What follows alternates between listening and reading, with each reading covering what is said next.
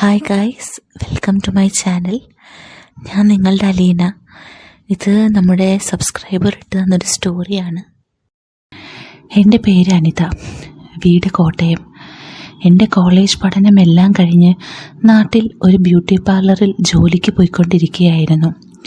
അപ്പോഴാണ് എനിക്ക് ഒരു കല്യാണാലോചന വന്നത്. ഞങ്ങളുടെ നാട്ടിൽ നിന്നും കുറച്ചകലെയാണ് സ്ഥലം.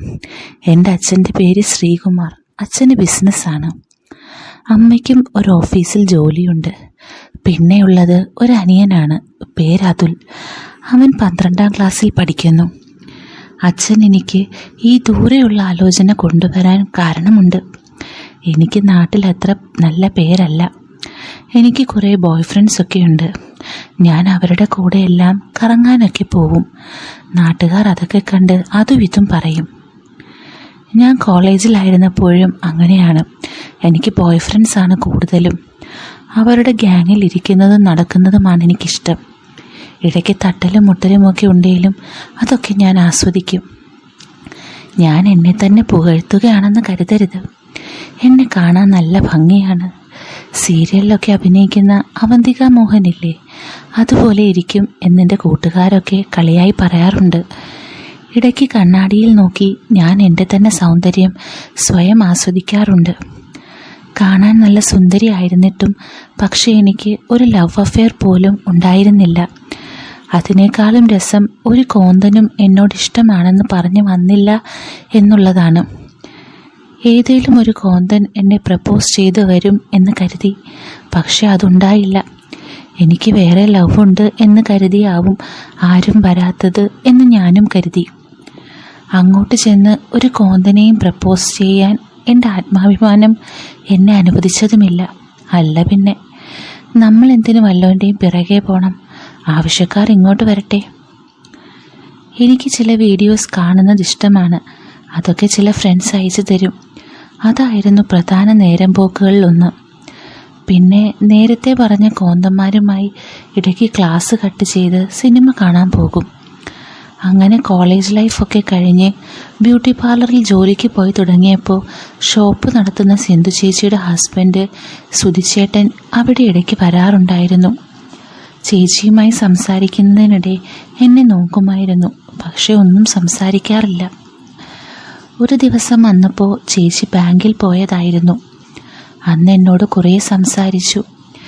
ഞാൻ ഭയങ്കര സുന്ദരിയാണെന്നും എന്നെ ഭയങ്കര ഇഷ്ടമാണെന്നുമൊക്കെ പറഞ്ഞു. ഞാൻ ചിരിച്ചു.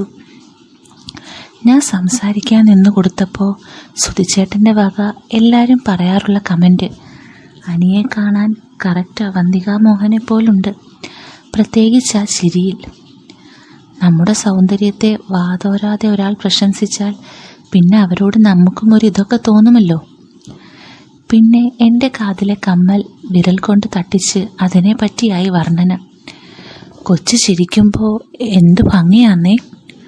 ഇതും പറഞ്ഞ് സുധിച്ചേട്ടൻ എൻ്റെ കവിളിൽ ചെറുതായി ഒന്ന് തൊട്ടു. ഞാൻ വീണ്ടും ചിരിച്ചു. ഞാൻ ചേച്ചി ഇപ്പോൾ വരുമെന്ന് പറഞ്ഞു. അപ്പോൾ അയാൾ ചേച്ചി വരുമ്പോൾ ഇവിടുന്ന് കാണാമെന്ന് പറഞ്ഞ് എൻ്റെ അടുത്ത് വന്നിരുന്നു. എനിക്കെന്തോ സുധിച്ചേട്ടനെ അങ്ങ് ഇഷ്ടമായി. അപ്പോൾ ആ ടൈമിൽ തന്നെ കസ്റ്റമർ വന്നു. തൊട്ടു പിന്നാലെ സിന്ധു ചേച്ചിയും. സുധിച്ചേട്ടൻ നൈസായി സ്കൂട്ടായി. പിന്നെ കിട്ടുന്ന ഗ്യാപ്പിൽ സുധിച്ചേട്ടൻ പാർലറിൽ വരും, പഞ്ചാര അടിക്കും. കസ്റ്റമർ അല്ലെങ്കിൽ ചേച്ചി വരുമ്പോൾ അവിടുന്ന് ഗൗരവം കാണിച്ചു മുങ്ങും. സുധിച്ചേട്ടൻ ലീവ് കഴിഞ്ഞ് തിരികെ ഗൾഫിൽ പോയപ്പോൾ എനിക്കും ചെറുതായി സങ്കടമൊക്കെ വന്നു. എൻ്റെ ആഗ്രഹങ്ങളൊക്കെ നടക്കണമെങ്കിൽ കല്യാണം കഴിക്കുക തന്നെ വേണമെന്നെനിക്ക് തോന്നി. അങ്ങനെ കല്യാണം കഴിക്കാൻ ഞാൻ തീരുമാനിച്ചു. പക്ഷേ വരുന്ന ആലോചനയൊക്കെ ഏതൊക്കെയോ തെണ്ടികൾ മുടക്കുകയായിരുന്നു. അങ്ങനെ ഇരിക്കുമ്പോഴാണ് അച്ഛൻ ഈ ആലോചനയുമായി വന്നത്. അവൻ പെണ്ണ് കാണാൻ വന്നു. ചെക്കൻ കുഴപ്പമില്ല, KSRTC ഡ്രൈവറാണ്. അത്യാവശ്യം ഹൈറ്റുണ്ട്. കണ്ടിട്ട് നല്ല ആരോഗ്യവുമുണ്ട്. എനിക്ക് പറ്റുന്ന ആളാണെന്ന് തോന്നി. കണ്ട് സംസാരിച്ച് അധികം സംസാരിച്ചൊന്നുമില്ല അവർ പോയി. ഞാൻ വിചാരിച്ചു ഇഷ്ടമായില്ല എന്ന്. അവർ അന്ന് രാത്രി അച്ഛനെ വിളിച്ച് പറഞ്ഞു ഓക്കെയാണ്, പെട്ടെന്ന് നടത്തണമെന്ന്. ഞങ്ങൾക്ക് സന്തോഷമായി. സർവോപരി ഞാൻ സന്തോഷം കൊണ്ട് തുള്ളിച്ചാടി. ഇനി ആരെയും പേടിക്കാതെ സുഖിക്കാമല്ലോ.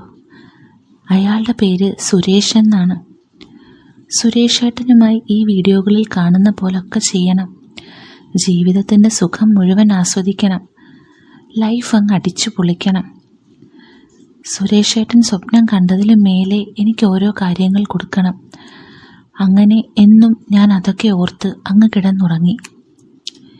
അങ്ങനെ ഒരു മാസത്തിന് ശേഷം കല്യാണമായി. അധികം ആരോടും പറഞ്ഞില്ല. എന്തിനാ എൻ്റെ കുറേ കല്യാണം മുടക്കിയ നാട്ടുകാർ തെണ്ടികൾക്ക് ഭക്ഷണം കൊടുക്കുന്നത്?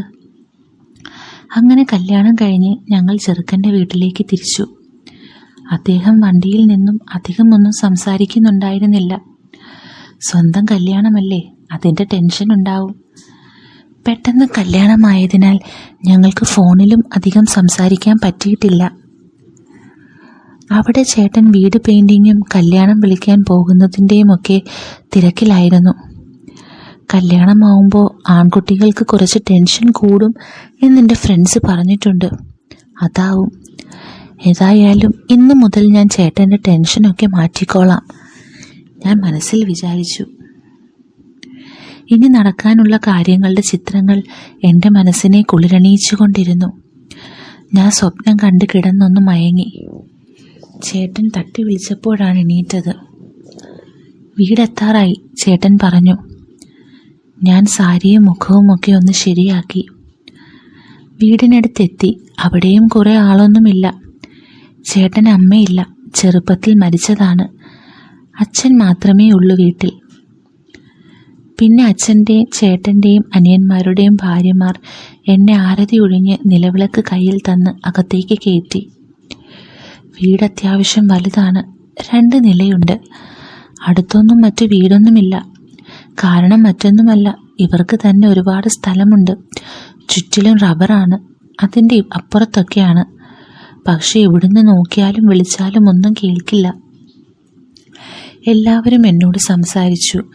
അച്ഛനും അമ്മായിമാരും മറ്റുള്ളവരുമെല്ലാം എനിക്ക് വീടൊക്കെ കാണിച്ചു തന്നു. ചേട്ടൻ എല്ലാവരെയും ഒക്കെ സെറ്റിൽ ചെയ്ത് വന്ന് കിടക്കാൻ വന്നു. ആദ്യ രാത്രിയാണ്. എനിക്കത് ആലോചിച്ച് നാണവും സന്തോഷവും വന്നു. ഞാൻ കുളിയൊക്കെ കഴിഞ്ഞ് ഒരു സെറ്റ് സാരിയും ഉടുത്ത് റൂമിൽ പോയി. എൻ്റെ കയ്യിൽ ഒരു ഗ്ലാസ് പാലും അമ്മായി തന്നു. ചേട്ടൻ കുളിയൊക്കെ കഴിഞ്ഞ് വന്നു. ഞാൻ ജനലിലൂടെ പുറത്തേക്ക് നോക്കി നിൽക്കുകയായിരുന്നു. പിന്നിലൂടെ വന്നൊരു കെട്ടിപ്പിടുത്തം ഞാൻ പ്രതീക്ഷിച്ചു. പക്ഷേ ചേട്ടൻ എന്നെ വിളിച്ചു. വാ കിടക്കാം, എനിക്ക് ഭയങ്കര ക്ഷീണമുണ്ട്, നമുക്ക് നാളെ സംസാരിക്കാം. ഒരുപാട് ആഗ്രഹങ്ങളും സ്വപ്നങ്ങളുമായി വന്ന എനിക്ക് വിഷമം കൊണ്ടൊന്നും പറയാൻ തോന്നിയില്ല. ഞങ്ങൾ കിടന്നു. സാരമില്ല, ഇന്നത്തെ ക്ഷീണം കൊണ്ടാവും. യാത്ര ചെയ്ത ക്ഷീണം എനിക്കുമുണ്ട്. ഞങ്ങൾ വേഗം ഉറങ്ങിപ്പോയി. രാവിലെ അലാറം അടിക്കുന്ന ശബ്ദം കേട്ട് ഞാൻ ഉണർന്നപ്പോൾ ഏട്ടൻ ബാത്റൂമിൽ പോയി വരുന്നു. ഞാൻ കണ്ണുകൾ അടച്ച് കിടന്നു. ചിലപ്പോൾ ഒരു ഉമ്മയെങ്കിലും കിട്ടിയാലോ. പിന്നെ നോക്കുമ്പോൾ ചേട്ടൻ പുറത്തേക്ക് പോകുന്നതാണ് കണ്ടത്. എനിക്ക് വിഷമം വന്നു. ഞാൻ എണീറ്റ് അടുക്കളയിൽ പോയി അമ്മായിമാരെയൊക്കെ സഹായിച്ചു. അങ്ങനെ 1-2 ദിവസം കഴിഞ്ഞു. ചേട്ടന് വലിയ മാറ്റമൊന്നുമില്ല. എന്നെ ഒന്ന് തൊട്ടിട്ട് പോലുമില്ല. എനിക്കെന്തെന്ന് മനസ്സിലായില്ല. ഇയാൾക്കെന്നതാ, വികാരമൊന്നുമില്ലേ? എൻ്റെ ജീവിതം കുളമായോ? ഞാൻ കണ്ട സ്വപ്നമെല്ലാം വെറുതെ ആകുമോ? എന്തെല്ലാം സ്വപ്നങ്ങളാവുമോ? ഒരു പെണ്ണിനുള്ള ആഗ്രഹങ്ങളും സ്വപ്നങ്ങളും മനസ്സിലാക്കാനുള്ള കഴിവ് ഈ കിഴങ്ങനില്ലേ? ദൈവമേ, എൻ്റെ ജീവിതം. അങ്ങനെ രാത്രി ഞാൻ തന്നെ മുൻകൈയെടുത്ത് ചേട്ടനെ കെട്ടിപ്പിടിച്ച് അടുത്തേക്ക് കിടന്ന് ചോദിച്ചു, അതെ, ഇങ്ങനെ പോയാൽ മതിയോ? നമ്മൾ ഭാര്യ ഭർത്താക്കന്മാരല്ലേ, നമ്മളൊരു പുതിയ ജീവിതം തുടങ്ങുമല്ലേ? അപ്പോൾ ചേട്ടൻ പറഞ്ഞു, നോക്കരുതേ, എനിക്ക് കുറച്ച് സമയം തരണം. കുഞ്ഞൊന്നും ഇപ്പോഴേ വേണ്ട. എനിക്ക് വീട് പണിയും കല്യാണവും എല്ലാമായി കുറച്ച് ബാധ്യതയുണ്ട്. അത് തീർന്നിട്ട് മതി. അതിനെന്താ, കൊച്ചിപ്പോഴേ വേണമെന്ന് ഞാൻ പറഞ്ഞില്ലല്ലോ. അതിനൊക്കെ എന്തെല്ലാം മാർഗങ്ങളുണ്ട് ചേട്ടാ. അതൊക്കെ സേഫ് അല്ല. അതൊന്നും ശരിയാവില്ല അനിതേ. ചിലപ്പോൾ എങ്ങാനും പിടിച്ചാലോ. നമുക്ക് സാവധാനം എല്ലാ കാര്യങ്ങളും ചെയ്തു തീർക്കാം. നീ സമാധാനത്തോടെ നിൽക്ക്. എനിക്ക് ദേഷ്യവും സങ്കടവും എല്ലാം വന്നു. ഈശ്വരാ, ഈ പൊട്ടൻ എന്തൊക്കെയാ ഈ പറയുന്നത്? ഞാൻ ആലോചിച്ചു. എന്നിട്ട് ഞാൻ തിരിഞ്ഞു കിടന്നു. എൻ്റെ ഈ സൗന്ദര്യമൊക്കെ വെറുതെയാണോ? കോളേജിലെ എന്നെക്കാളും സൗന്ദര്യം ഒരുപാട് കുറഞ്ഞ പെമ്പിള്ളേർക്ക് പോലും ലൈനും മറ്റുമുണ്ടായിരുന്നു. ചിലർക്ക് ബെസ്റ്റികൾ വേറെ. എൻ്റെ ആഗ്രഹങ്ങളൊക്കെ ഇവിടെ അസ്തമിക്കുകയാണല്ലോ എന്നോർത്ത് ഞാൻ കരഞ്ഞു. രാവിലെ എണീറ്റപ്പോൾ ചേട്ടനെ കാണാനില്ല. ഞാൻ അവിടെയൊക്കെ അന്വേഷിച്ചു. കുടുംബക്കാരൊക്കെ പോയിരുന്നു. പിന്നാമ്പുറത്ത് അച്ഛൻ റബ്ബർ ഷീറ്റിൻ്റെ പണിയിലാണ്. ഞാൻ അച്ഛനോട് ചേട്ടനെ അന്വേഷിച്ചു. അച്ഛൻ പറഞ്ഞു, അവൻ ഇന്നു മുതൽ ജോലിക്ക് പോയി തുടങ്ങുമെന്ന് പറഞ്ഞിരുന്നല്ലോ. അപ്പോൾ മോളോടൊന്നും പറഞ്ഞില്ലേ? ഇല്ല, എനിക്ക് തല കറങ്ങുന്നത് പോലെ തോന്നി. അച്ഛൻ പറഞ്ഞു, മോള് വിഷമിക്കണ്ട, അവൻ അങ്ങനെയാണ്, വല്ലാതെ സംസാരിക്കില്ല. അവൻ്റെ അമ്മ ചെറുപ്പത്തിലേ മരിച്ചു. പിന്നെ ഞങ്ങൾ രണ്ടുപേരും മാത്രമല്ലേ ഇവിടെ കഴിഞ്ഞത്. അപ്പോൾ സംസാരം കുറവായിരുന്നു. ഇനി മോളൊക്കെ ഉണ്ടല്ലോ, ശരിയാകും. എനിക്കിതെല്ലാം കേട്ടപ്പോൾ എൻ്റെ വീട്ടിലേക്ക് പോവാൻ തോന്നി. 2 ദിവസം കഴിയട്ടെ, എന്തെങ്കിലും ഒന്ന് തീരുമാനിക്കാമെന്ന് കരുതി. പക്ഷേ അച്ഛൻ അയാളെപ്പോലെയല്ല, ഭയങ്കര സംസാരമാണ്. തമാശയും നാട്ടുവർത്താനവും ഒക്കെ പറഞ്ഞ് ജോളിയാണ്. അപ്പോൾ എനിക്ക് കുറച്ച് സമാധാനമായി. പക്ഷേ എൻ്റെ വേറെ ചില കാര്യങ്ങൾ ആലോചിച്ച് ഒരു സമാധാനവുമില്ല. അങ്ങനെ ഞാൻ അച്ഛനുമായി തൊടിയിലൊക്കെ നടന്നു.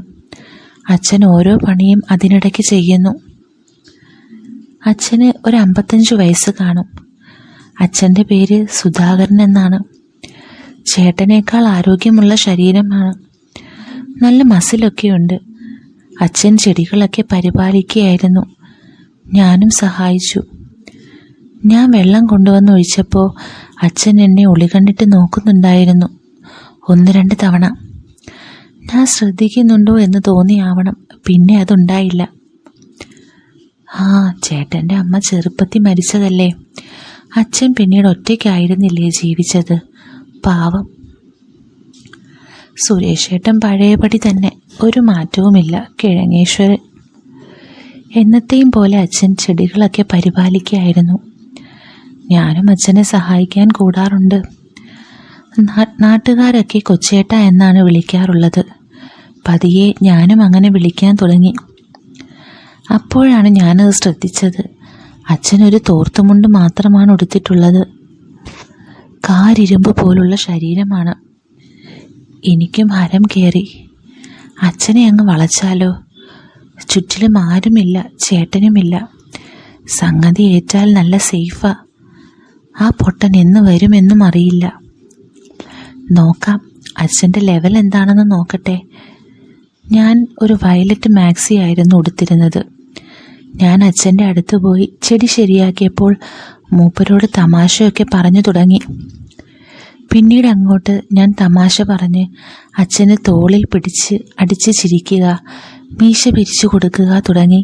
ഞങ്ങളങ്ങനെ വലിയ കൂട്ടുകാരെ പോലെയായി. ഞാൻ അത്തരം പരിപാടികൾ തുടർന്നു. പിന്നീട് ചില സിഗ്നൽസ് കൊടുക്കാൻ തുടങ്ങി. അത് അച്ഛനെ അസ്വസ്ഥമാക്കാൻ തുടങ്ങി എന്നെനിക്ക് മനസ്സിലായി. ഞാനേതായാലും ഇങ്ങനെ അങ്ങ് മുന്നോട്ട് പോകാൻ തീരുമാനിച്ചു. അച്ഛൻ എൻ്റെ ഇളക്കമെല്ലാം കണ്ട് ചെറുതായി എന്തോ ഒക്കെ മനസ്സിലായി തുടങ്ങിയിരിക്കുന്നു. അച്ഛൻ എന്നോട് ഒരിക്കൽ തൊടിയിൽ വെച്ച് പറഞ്ഞു, മോള് നല്ല സുന്ദരിയാണല്ലോ, ജിമ്മിൽ പോവാറുണ്ടായിരുന്നോ? ഇല്ലച്ചാ, എന്തേ? നല്ല ഷേപ്പുള്ള ശരീരമാണ് മോളുടെ. മോളെ കിട്ടിയ അവൻ്റെ ഭാഗ്യമാ. ഈ നാട്ടിലൊന്നും ഞാൻ മോളെപ്പോലെ ഭംഗിയും ഷേപ്പുമുള്ള പെൺകുട്ടികളെ കണ്ടിട്ടില്ല. ഞാൻ ചിരിച്ചു. അത്രയ്ക്ക് ഭംഗിയാണോ ഞാൻ? പിന്നെ മോളെപ്പോലൊരു ഭാര്യയെ കിട്ടാൻ ഭാഗ്യം ചെയ്യണം. ഈ വയലറ്റ് മാക്സിയിൽ മോൾ ഒന്നുകൂടെ നല്ല ഭംഗിയുണ്ട്. അച്ഛന് കുറേ കൂടി ധൈര്യം വന്നെന്ന് എനിക്ക് മനസ്സിലായി. അച്ഛൻ്റെ വായിൽ നിന്ന് അതൊക്കെ കേൾക്കുമ്പോൾ നല്ല രസമുണ്ട്. അവനിപ്പോൾ മോളുടെ എല്ലാ കാര്യങ്ങളും നോക്കുന്നുണ്ടാവുമല്ലേ? മാറ്റം വന്നു തുടങ്ങിയിട്ടുണ്ടാവുമല്ലേ? അച്ഛൻ ചോദിച്ചു. എന്ത് മാറ്റം വരാൻ? ഞാൻ മനസ്സിൽ വിചാരിച്ചു, അച്ഛനോടെല്ലാം പറഞ്ഞാലോ? വരട്ടെ, കുറച്ച് കഴിഞ്ഞിട്ട് പറയാം. അച്ഛാ, ഇനി എന്താ ഞാൻ ചെയ്യേണ്ടത്? മതി മോളെ, ഇനി നമുക്ക് ഭക്ഷണം കഴിക്കാം. ഞാൻ പാഴ്സൽ കൊണ്ടുവന്ന് വെച്ചിട്ടുണ്ട്. 2-3 ദിവസം നമുക്ക് അങ്ങനെ കഴിക്കാം. പിന്നെ സാവധാനം നമുക്ക് അടുക്കളയിൽ വെച്ച് തുടങ്ങാം. കേട്ടോ മോളെ? ഞാൻ മൂളി. നല്ല അച്ഛൻ. ഞാൻ കൈയും കാലും കഴുകുമ്പോഴും അച്ഛൻ എന്നെ ഒളികണ്ണിട്ട് നോക്കുന്നുണ്ടായിരുന്നു. ഞാൻ പെട്ടെന്നൊന്ന് അച്ഛനെ തിരിഞ്ഞു നോക്കി. അച്ഛൻ എൻ്റെ മുഖത്ത് ചമ്മലോടെ നോക്കി. ഞാൻ ചിരിച്ചുകൊണ്ട് അകത്ത് പോയി ടേബിളിൽ ഒരു കവറുണ്ട്, അത് 2 പ്ലേറ്റിലേക്ക് വിളമ്പി. അച്ഛൻ സ്റ്റൂളിലിരുന്ന് കഴിക്കാൻ തുടങ്ങി. ഞാനും കഴിച്ചു. എൻ്റെ കഴിച്ചു കഴിഞ്ഞ് പാത്രങ്ങൾ എടുത്തപ്പോൾ ഒരു സ്പൂൺ താഴെ ചാടി. അതെടുക്കാൻ ഞാൻ കുനിഞ്ഞപ്പോഴാണ് ഞാനത് കണ്ടത്. ടീപ്പോയിൽ ഒരു കവർ. എന്താ മോളെ? അച്ഛൻ ചോദിച്ചു. ഞാൻ വേഗം സ്പൂൺ എടുത്ത് എണീറ്റു. ഞാൻ ചെന്ന് ആ കവർ തുറന്നു. നോക്കിയപ്പോൾ നല്ല വയലറ്റ് നിറത്തിലുള്ളൊരു സാരി. മോൾക്കിഷ്ടായോ അത്? അച്ഛൻ്റെ ശബ്ദം. ഇത് ഞാൻ മോൾക്കായി വാങ്ങിയതാ. മോള് ഈ കളർ മാക്സി ഇടുമ്പോൾ നല്ല ഭംഗിയാണ്. അപ്പോൾ മോൾക്ക് ഈ നിറത്തിലുള്ള സാരി ഒന്നുകൂടി നന്നായി ചേരും. മോളന്ന് സെറ്റ് സാരി ഉടുത്ത് മുല്ലപ്പൂമാലയൊക്കെ ചൂടി നിന്നപ്പോൾ എന്ത് ഐശ്വര്യമായിരുന്നു കാണാൻ. ആ സിനിമയിലൊക്കെ അഭിനയിക്കുന്ന പെങ്കൊച്ചനെ പോലുണ്ടായിരുന്നു. ദാ വീണ്ടും ഒരാൾ കൂടി സെയിം ഡയലോഗ്. ഞാൻ മനസ്സിലോർത്ത് ചിരിച്ചു. എന്തായാലും അച്ഛൻ എനിക്ക് വാങ്ങിത്തന്ന സാരി എനിക്കൊത്തിരി ഇഷ്ടമായി. എനിക്കിത് ഒരുപാട് ഇഷ്ടമായി അച്ഛാ. അച്ഛന് പെണ്ണുങ്ങളുടെ വസ്ത്രം തിരഞ്ഞെടുക്കുന്നതിൽ നല്ല വിവരമുണ്ടെന്ന് മനസ്സിലായി. അച്ഛൻ സൂപ്പറാണ്. അച്ഛനൊന്ന് ചിരിച്ചു. ഞാൻ പോയി കുളത്തിൽ കുളിച്ച് ബ്ലോക്ക് ഓഫീസിൽ പോയിട്ട് രാത്രിക്കുള്ള ഭക്ഷണവുമായി വരാം. മോള് കുളിച്ചൊക്കെ റെഡിയായിരുന്നോ? ഞാൻ വേഗം വരാം. ആ ശരി അച്ഛാ, വേഗം വരണേ. അച്ഛൻ പോയി വരുമ്പോൾ അച്ഛനൊരു സർപ്രൈസ് കൊടുക്കണം ഞാൻ കരുതി. അച്ഛൻ വാങ്ങിത്തന്ന സാരിയൊക്കെ ഉടുത്ത് മുല്ലപ്പൂ മാലയൊക്കെ ചൂടി നിൽക്കാം. അച്ഛൻ എന്നെ സാരിയിൽ കാണുന്നത് ഇഷ്ടമാണെന്ന് ഇപ്പോഴാണ് അറിഞ്ഞത്. അച്ഛൻ തന്ന സാരി എടുത്തപ്പോൾ ഞാൻ ചിന്തിച്ചു, ഇനി എനിക്ക് അച്ഛൻ പുടവ തന്നതാണോ? എങ്ങനെയെങ്കിലും മനസ്സിലാക്കട്ടെ എന്ന് കരുതി. എന്തേലും ആവട്ടെ. എൻ്റെ കെട്ടിയോൻ എന്ന് പറയുന്ന കിഴങ്ങൻ ഇതുവരെ എന്നെ ഒന്ന് പുകഴ്ത്തിയിട്ട് പോലുമില്ല. ഞാൻ വൈകുന്നേരമായപ്പോഴേക്കും കുളിയൊക്കെ കഴിഞ്ഞു വന്നു. അച്ഛൻ വരാൻ കാത്തിരിക്കുകയാണ്. കണ്ണെഴുതി പൊട്ടുതൊട്ട് പുതിയ സാരി ഉടുത്ത് ഒരുങ്ങി നിന്നു. അച്ഛൻ എന്നെ കണ്ട് ഞെട്ടണം. എല്ലാം റെഡിയായി ഞാൻ സിറ്റ് ഔട്ടിൽ വന്ന് നോക്കി. അച്ഛൻ എന്താ വരാത്തത്? നല്ല മഴ വരാൻ സാധ്യതയുണ്ട്. ചെറുതായി മിന്നലും ഇടിയുടെ മുരൾച്ചയും കേൾക്കുന്നു. ഞാൻ അകത്തേക്ക് പോയി. സമയം 7:30 കഴിഞ്ഞു. പെട്ടെന്ന് മഴ പെയ്തു. കറണ്ട് പോയി. എനിക്ക് പേടിയായി. ഞാൻ മൊബൈൽ വെളിച്ചം കത്തിച്ചു. ജനലിലൂടെ നോക്കി. അച്ഛനാണെന്ന് തോന്നുന്നു. ടോർച്ചിൻ്റെ വെളിച്ചത്തിൽ ഓടി വരുന്നു. അച്ഛൻ മുറ്റത്തെത്തി എന്നെ വിളിച്ചു. മോളെ, അനിമോളെ, വാതിൽ തുറക്ക്. അച്ഛനാ. എനിക്ക് സന്തോഷമായി. ഞാൻ വേഗം ഓടിച്ചെന്ന് വാതിൽ തുറന്നു.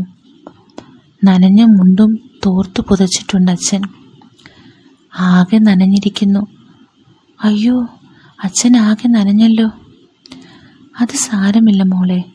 പിന്നെ ഇതങ്ങോട്ട് വെക്ക്. കയ്യിലെ പൊതി എൻ്റെ നേരെ നീട്ടി. പാഴ്സൽ ഫുഡ് വാങ്ങിയതാണ്. ഞാനത് വാങ്ങി കസേരയിൽ വെച്ചു.